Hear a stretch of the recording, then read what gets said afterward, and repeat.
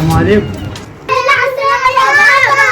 عاملين ايه؟ الحمد لله. حذر فزر، جبت لكم ايه معايا النهارده؟ جبت يا بابا. جبت لكم فيلم محمد هنيدي الجديد وهنتفرج، وجبت لكم بقى شيبسي وبيزو وشوكولاته هنسهر للصبح. طب دلوقتي كل واحده فيكم المفروض ان هي هتعمل حاجه. انت يا حنين يا قمر تقومي تجيبي الريموت، حاضر يا بابا.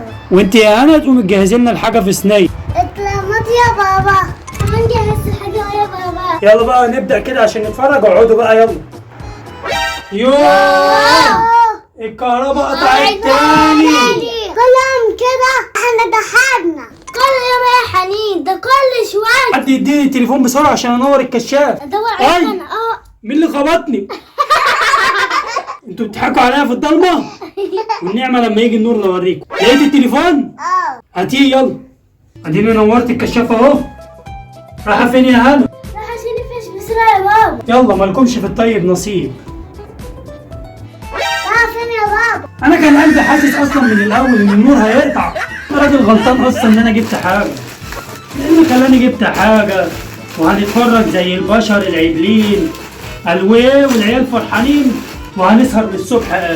ايوه هنسهر للصبح بس في الضلمه. انا راجل غلطان اصلا. انا الراجل هيرجع يرجع لي الحاجه بقى كل يوم ارجعها. في ايه؟